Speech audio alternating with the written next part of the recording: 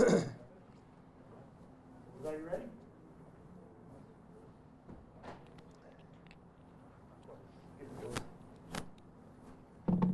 Beautiful. There we go. There we go. We got to record. Got action. Well, guys, great to see everybody, and well, I got to tell you, it's an exciting time for us, and an exciting time for Colorado State University, and we're really excited to be in Albuquerque at the New Mexico Bowl, and you know, today you can kind of see this has been an interesting process because I've kind of taken bowl games maybe for granted, and you know, the guys on this football team and a lot of guys, people in this program, have yet to ever beat one. So for us, this is kind of a new adventure, and our guys are very appreciative, and yet they've deserved to be here. They've overcome a lot. We're real young, and yet at the same time, our senior leadership has been really good throughout the transition into what, there you go, into what we're accomplishing, and there's nothing but great things happening in the future at Colorado State, and we're really excited about it. So with that, you guys got any tidbits that I need to know about? Any questions? Coach, what was the welcome like when you guys arrived and having the team here in Albuquerque? You know, I'd tell you what, that was great. Now, it didn't happen at the Sugar Bowl or the Rose Bowl that I was at. No, I mean, to have that band out there and the people there greeting us, the guys' eyes, you know, man, it was cool. And you know, that just is something that says so much about this bowl game. The little touches, the things that it doesn't take much. It takes people. And you know, I was kind of fired up, man. That was cool.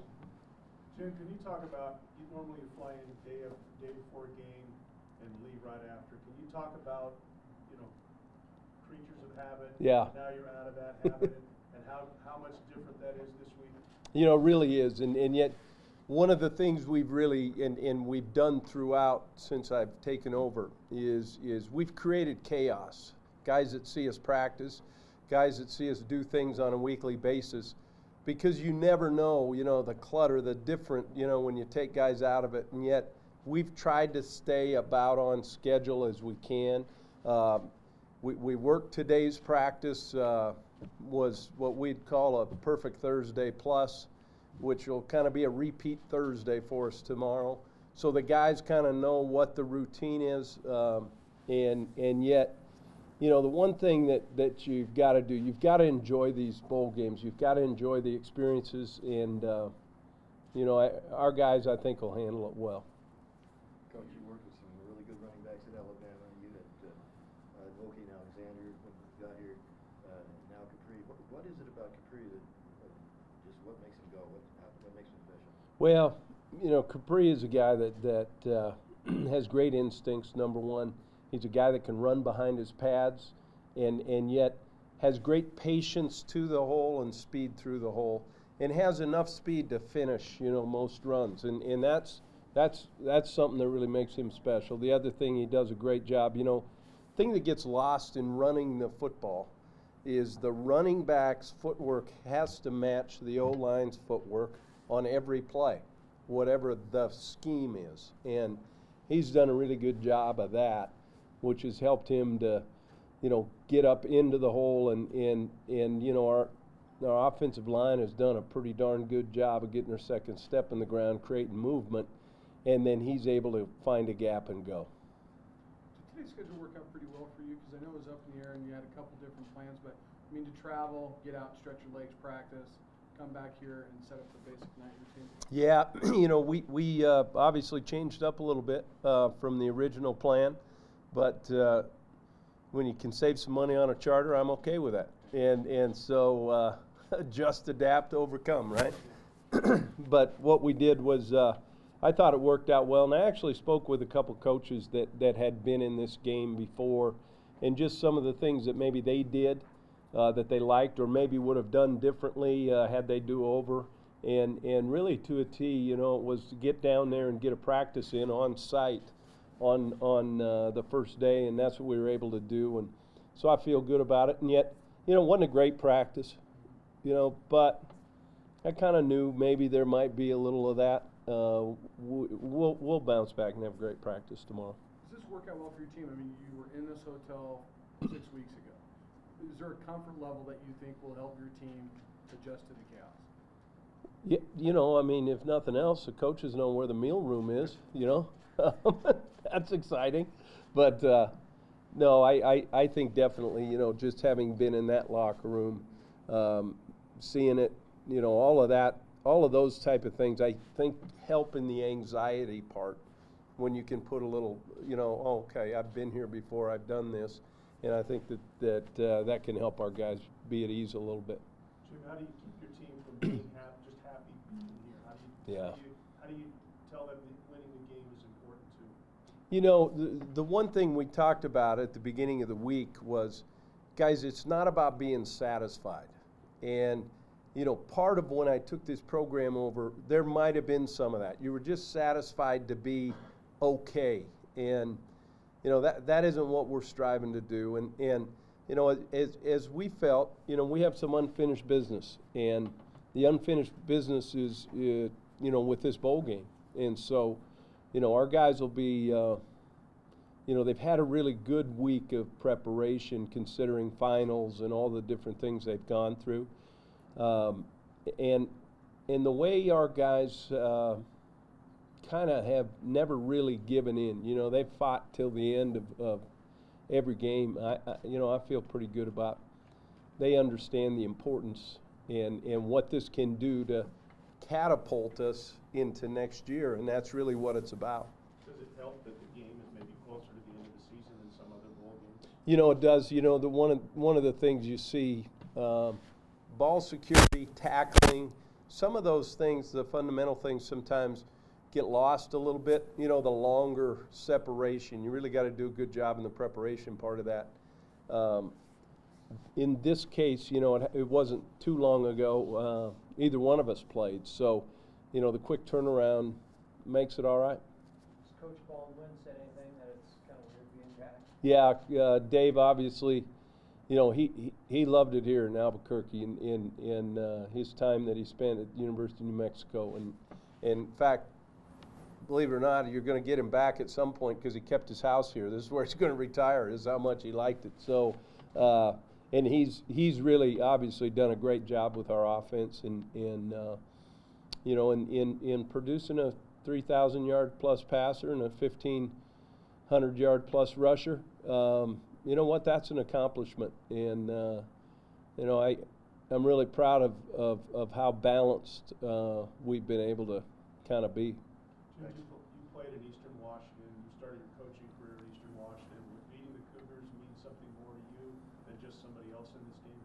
Well, I think getting an opportunity to play against them, number one, and you know, it actually, Dennis, it goes back a little farther because we used to get the Cougar highlights, you know, in Missoula, Montana, where I grew up on Channel 6, and I guess I can't say that on your channel, right? But is that all right? But so, you know, it's one of those deals where, you know, you grow up watching, you know, Jim Sweeney, you grow up, you know, rooting for Coach Walden, all the coaches that have gone through there, and obviously being so close to the Palouse and being in the Spokane area for so long. You know, it's always one of those programs that I've always kind of really rooted for, to be honest with you.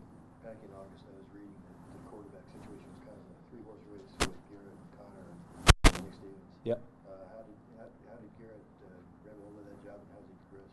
You know, he's gotten, I think, continually better. He still has a long ways to go in his development, and yet, you know, the one thing he has done is he's done a really good job in learning how to prepare, and that's an art.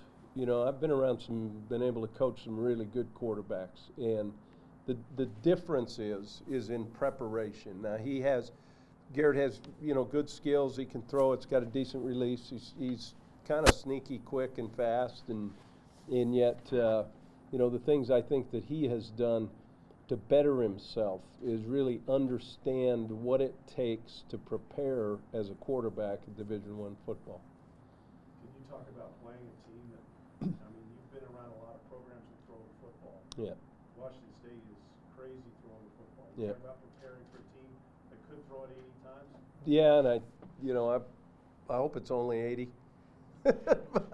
but the thing that amazes me is how quickly they get the ball out of their hands. They don't allow you really to get to the quarterback, and really is using a lot of the quick throws as off tackle runs. In their system, and the interesting thing that I see is just how fast they can get the ball from center in the shotgun and the ball's out. And it's going to be really important for us is to try to get them off schedule, try to get the quarterback to at least have to hold for a count and get off rhythm, because when they're on rhythm, they can throw it against anybody. Coach, you guys get a chance to get some pretty cool stuff, some really cool gifts and things like that. What do you think about that with the bowl games and the New Mexico Bowl being right up there with the gifts that the players get? No, it's interesting. Being in this business, you hear about bowl games, and different ones, throughout the country. To a T, every coach that has ever, in any school that has ever been to the New Mexico Bowl and here in Albuquerque, constantly says this is one of those places where they go out of their way from a hospitality standpoint and just the people involved as far as really creating a great environment for your team, your fans, and all the people in the organization that are associated. And I'm really looking forward to that because I'm about having a good time now. It's been written about a lot that Shaquil Barrett being not your average college football player, husband and dad and everything. Has that translated onto the practice field and in the game? Yeah, Shaq is a guy that very quiet leader, not a vocal guy, goes about his business, and has been very organized. And it was great seeing him carry his youngin' on the plane today with his wife, and just that it really speaks kind of volumes because of the time that we obviously it takes to be a successful college football player, to balance that with your academics, in which he'll graduate here at the end of the year, and obviously be a father and a husband. This guy's wearing a lot of hats now and has handled it great. All right. Guys, thanks so much. See you around this week. It's going to help a lot because, like I said, it's like a sense of home. We familiar with the territory already, and we played out on the field, and we know that our less performance on the field as the defense wasn't the best performance. So we want to also come out there and change the mindset of the people who was at the feeling of New Mexico, because we gave up 40-something points, I think, and that's still in my head. I know everybody else probably thinking the other stuff, but I don't like the performance from the last time we was here. Do you feel like you're kind of maybe carrying the banner of the Mountain West a little bit here in a city that has a Mountain West school? I would say so, yes, because we going against Pac-12, and Pac-12 is supposed to be a good conference, great conference, and we know Mountain West isn't as big as, well, supposedly isn't as big as the Pac-12. So we want to come out there and prove to just whoever, all the doubters out there, that we are a capable school and we could compete with everybody out there, anybody out there.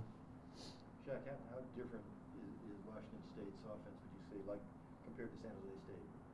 Is it a lot different, a little different? I would say it's a little different. The difference I see is between the offensive linemen. The offensive line are for Washington State, they like kind of a back pedal out for pass sets, and San Jose State, they just typical pass set. Quarterbacks, they both got good quarterbacks. Throw the ball, try to make plays for their team. So it's just up to us to come out there and have a different result than the San Jose State game. We know we was in that game and we just let it go at the end, and we don't want to have that feeling again going against another good passing team. They get rid of the ball so quickly. Sometimes that renders a pass rush kind of ineffective. I mean, how do you make it effective and make it an impact in the game? Just when they get the little 3-step drops, just get your hands up, because you know it's almost impossible to get back there. But when they do a 5-step drop, you gotta make them pay for it by getting back there and getting pressure, force a bad throw, and just helping the team any way we can be, because we know a lot of their offense is 3-step drops, and it's going to be real hard to get to the quarterback. So we just got to play the passing lanes and get our hands up. Don't know how much contact you guys had in the spring or in fall camp, but I'm sure at some point you had to try and tackle Capri or have tackled him. From a defensive, from a linebacker standpoint, what makes him as effective, as good as he is? He had a mentality that he can go all the way every play. He don't like try to say, I'm just going to get the first down this play. He think if he get it, he think there's a chance for him to make a play and go for a touchdown, and that's what I like about him. Because some running backs, I know they're like, yeah, it's going up the middle, just gonna get like a yard or two on this play, and he don't have that mindset. He's kind of a mythical figure to us since we're not allowed to talk to him. What's he like? I mean, what's he like in the locker room, in practice field, et cetera? He's a pretty easygoing guy. Oh yeah, he a fun guy. He jokey. He's good around teammates. He got great relationships with everybody. But on game days, he clock in, tune in, and he get the team going. He always talk to us for probably about a minute or two every Saturday before the game, and just get us going. And then he say his wise words, and then give it to Coach Porter, and Coach Porter just finish it up. But he a leader, great leader. View of their defensive linemen? Yeah, they're big guys. I think that's kind of a commonality in the Pac-12 is some big, strong guys up front. And to be able to do what we want to do, we're going to have to match their physicality and continue that throughout the game. But they're able to do well against the run with those big guys, and we're going to have to get after them to be able to do what we want. Weston, was there a point in the season where you decided, I think the offense is going to turn the corner this year? I mean, the stats compared to last year are amazing. Yeah. I think the Wyoming game was a big turning point for us. Gave us a lot of confidence heading into the home stretch of our season, and really, kind of spurred us to continue on and get some really good offensive production in those last games. So I definitely think the Wyoming game was huge for us in that aspect. Why was the offense so effective against Wyoming? Because Wyoming at that point of the season had a pretty good reputation. So what was working in that game? Well, we probably got after because we don't like Wyoming, so that was probably a big part of it. Yeah. We have a big group of seniors on the offensive line, especially, and some scattered around the offense. I really wanted to get the boot back and get that win, especially up in Wyoming. So, we just wanted to go out and take control of it, and we did it, and that was a big part of our season. Weston, I don't know if I missed it, but comfort level. You played here, once already this year. You played here before in your career. You've been in this hotel. You've been in that locker room. How much is that an advantage for you guys? Give you some sort of comfort level? I don't know if it's an advantage because the football field's the same everywhere you go. Comfort-wise, I guess it's more comfortable since you're kind of familiar with it. But I don't think it's an advantage. So it may be better for younger guys who maybe are having difficulty in other places who have been here twice now. That may be an advantage for them, but I just don't feel like it's an advantage really. What's it like for you to get to a bowl game? It feels good. It's being here now is really exciting. Had practice today out at the stadium. Kind of got to get the feel for it, and I'm just actually ready for Saturday to get here because I'm ready to play. Had a few questions for your peeps in Amarillo. Mm-hmm. What did Bushland mean to you? What does it mean to be at this point in your career? Yeah. What has Bushland done for you? I think the special thing about Bushland is the way that we're all raised there. Football's a special deal down in Texas, And I feel like especially up in the Panhandle, where you've got a majority of smaller schools where, on Friday night the town shuts down, people come out to the game and, pack the stands and the kids are raised to love football, they're raised to work hard, and Crockett Austin and I were just three lucky guys that got to go to the next level out of Bushland. There's tons of kids that work just as hard as we do, who have been raised the same that we have, who have the same mentality and love for the game as we do. It's just a really special place. What's it like to share that experience with a teammate and somebody who came from the same place? Yeah, it's really cool. It's almost like a brotherhood. We know how each other was raised and what we believe in, and we believe that you got to work hard to get what you want, and I can depend on him to work hard and give his all, and he can depend on me to do the same. So there's a lot of familiarity there that really helps us work together well. How special is it to get that opportunity with the Senior Bowl and maybe extend your career further on beyond? Yeah, that's really exciting as well. A great opportunity. Looking forward to that, but we've got the bowl game here Saturday, so that's the main priority right now. Weston, how many folks are coming over from Bushland? Hopefully a lot. I haven't really heard from anybody yet. Expecting a lot of family, probably my entire high school coaching staff and their families, as well as some players. I've had some friends I haven't seen in a while from high school reach out to me, say they're going to come. So it should be a really good crowd and a lot of people that I haven't seen in a while. So it should be a lot of fun. What's that mean to you? It means a lot. I think it's really special because it's my last college game, and I get to share that with the people that I was kind of raised with and grew up with, and get to share that really special moment with them, especially my high school coaches. That's gonna be a really special deal to have them there for my last college game. Saturday, you're going to make your 50th career start. It's kind of nice round number. Yeah. I know you talked about it before. You never thought it'd be that way. No. But every start, every college game. It's unbelievable. I've been blessed with health. That's a big thing. Health. Coaches that believed in me, that put me in there when I was that young.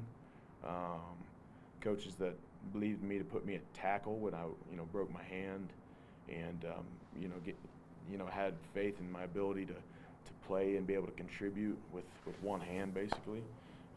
That's a testament to coaches now that have helped me learn new offense and get really good at making all our mic points and kind of directing the offense.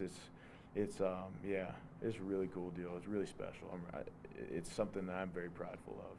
You did learn to snap with your left hand for that while. Yeah. Can you still do it?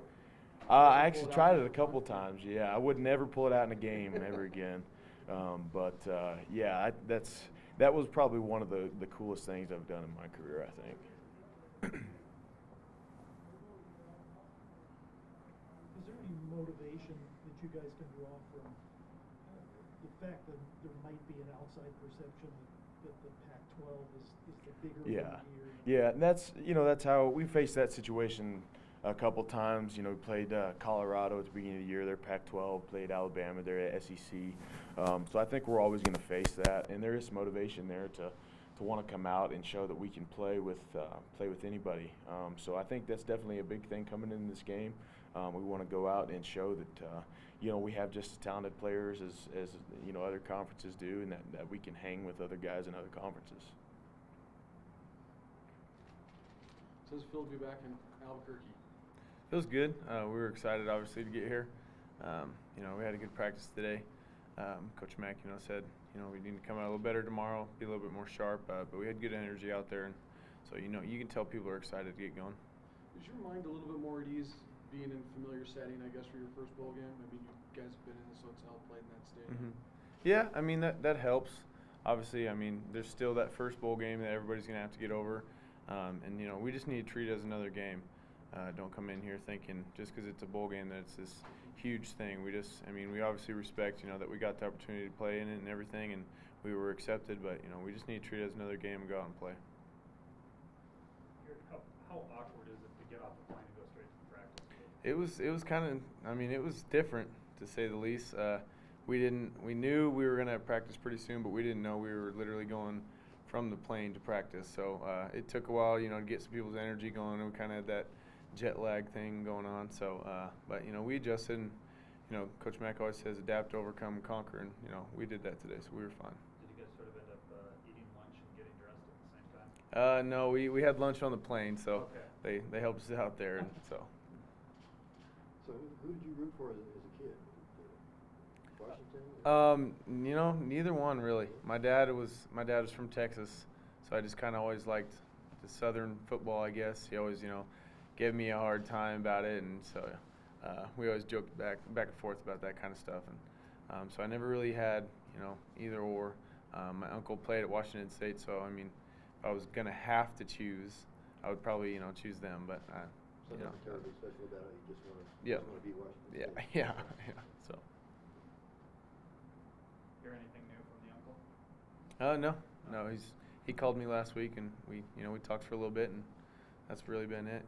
I'm sure I'll get something before then. His wife has contacted me a few more times, and you know, continued to say good luck and all that kind of stuff. And they're pulling for me personally. They still obviously want Washington State to win, but they said that I hope I play well and all that kind of stuff. So. You've mentioned the Alabama and Wyoming games as kind of breakthrough games as far as the offense. Was it just the confidence you gained, or was it something that was clicking on the field that made you think that, you know, we can take it from here to another level? I mean, yeah, the confidence was a big thing for us. But after that Alabama game, I've said, you know, many times that Coach Mack pointed out just a few little plays. I think it was only 4 plays that, you know, we had a penalty on. You know, we had the punt block, those kind of things, and you know, that's, you know, potentially there's big swinging points there when you get a punt block and they return it to the house. You know, when before that play we had just got a first down across the 50-yard line, but instead we, you know, had to punt and then it was blocked. So he pointed out it was, like I said, I think 4 plays throughout that game that could have, you know, changed the outcome possibly, and you know, it could have been different. So. How much of a shock was the Utah State game? How tough was it to rebound from that the next week? Yeah, they were by far the toughest defense that we faced. I mean, I will say that you know, Alabama was, you know, really good. Don't get me wrong, but the way Utah State rallied to the football, their defensive backs were the best that I had seen. They disguised everything well. I mean, I really don't even know what to say about those guys. They were off the charts with what they were doing. Pressures they were bringing, everything was just, you could tell they were a well-coached football team, and they got after it, you know, and that's why we had trouble moving the ball. And so, you know, we're obviously not looking at that. We're focused on Washington State now. So. The following Tuesday, was it just forget that? Yeah, it was pretty much forget that right after the game, because we knew we had got our butts kicked, and so we wanted to get over that as quick as possible. Obviously, we wanted to learn from it, you know. So the next day when we came in and watched film, we learned, you know, took the things that we needed to out of it, but we didn't want to really remember that game. So. Garrett, how do you feel about the health of Capri? He obviously is a little dinged up after the year. How ready do you think he is for this game? I think he'll be fine. Yeah, I think he'll be fine. Obviously, you know, you guys saw he was a little dinged up in Air Force. Wasn't quite that dynamic player that he's been all year, but I mean, he's gonna be totally fine. He'll be ready to go. He's been looking better and better as these 3 weeks that we've had off. You know, the time that we've had off, he's been getting better and better every day. He's in there rehabbing twice a day. So I mean, he's doing everything he needs to do to get out there and help us out. So. How nice is it that you guys have really been pretty injury-free? I mean, you've got the same players that started the season opener. Every one of them's healthy and can play Saturday. I mean, that's huge for us. Coach Mack talks about it all the time. You know, it's the little things, and even when we did get people dinged up like Capri, he's in there, like I said, rehabbing twice a day, not just doing it once. He wants to be out there and help the team any way he can, and so he knows if he's getting in there multiple times a day, then this injury will heal quicker, and he'll get over it and be able to help us out. So, you know, it's like things like that you can tell when people really care, and you know, it has been huge for us to have the guys out there that we have, because you know, people start going down. That's when people start losing focus and start having doubt. And so having the players that we had, it's been huge for us. Suits, pads. Yeah, I'm used to it by now.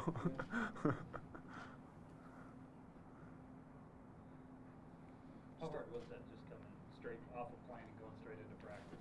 Well, it's something new for sure. You know, something we're used to, coming from class to practice or practice and meetings, whatever. Something we adapt to, but definitely something new coming off the plane to get yourself taped and get ready for practice. Do you think it threw people off any? Coach said he wasn't quite as crisp as he was hoping. Yeah, it wasn't quite as crisp, but it's a different setting. Some young guys are a little anxious, and I thought there was good energy. May not have been exactly football energy, but everybody's excited to be down here. We're excited to go play, but you need to get that kind of that travel expenses out of your system for sure.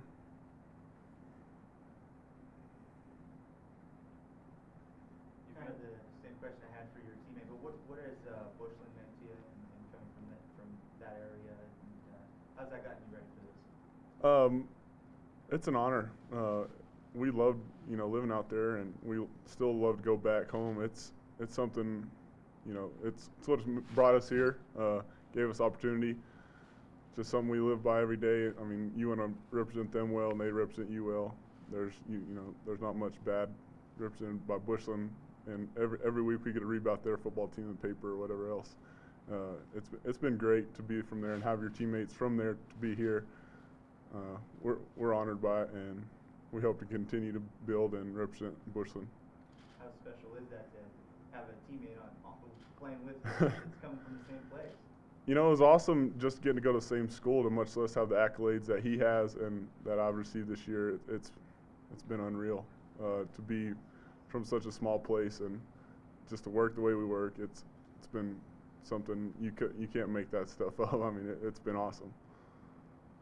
Weston was saying when he was in here that, you guys having been here before doesn't really buy anything because the field's always the same size and everything.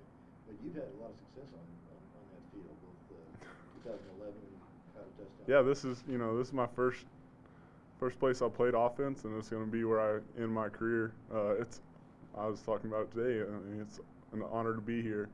We're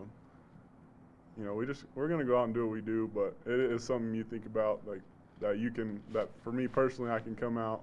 This was my first catch and it's probably going to be my last. So to have it all so close to home, it's really a joy to be here and be around this. It's a great community. It's an honor being in New Mexico. Somebody you were recruited by earlier, so it's definitely something that I like and have enjoyed over the few years I've been here. Crockett, how much do you think you and Weston helped each other develop into the players you became as you've grown up together, playing together? There was that year gap in high school, but your time at Colorado State?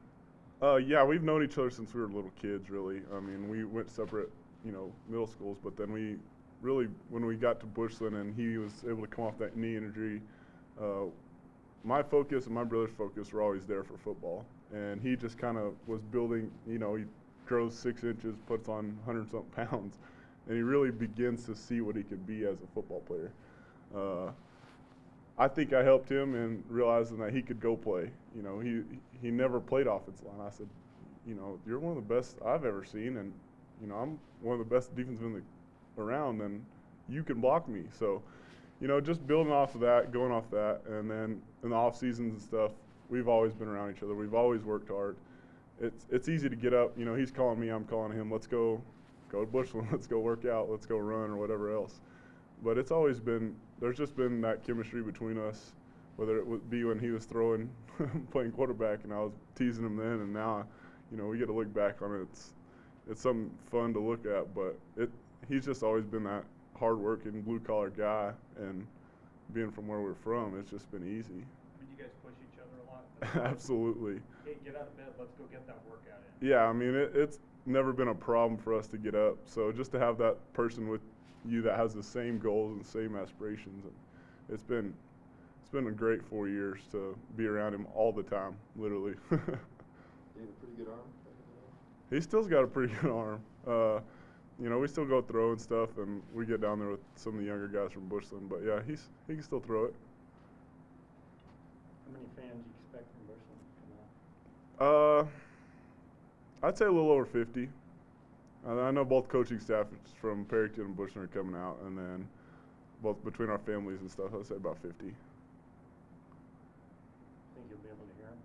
Oh yeah, I'll be able to see them. They've all got some kind of big yellow Texas shirt with Colorado State on it, so hopefully we can see them.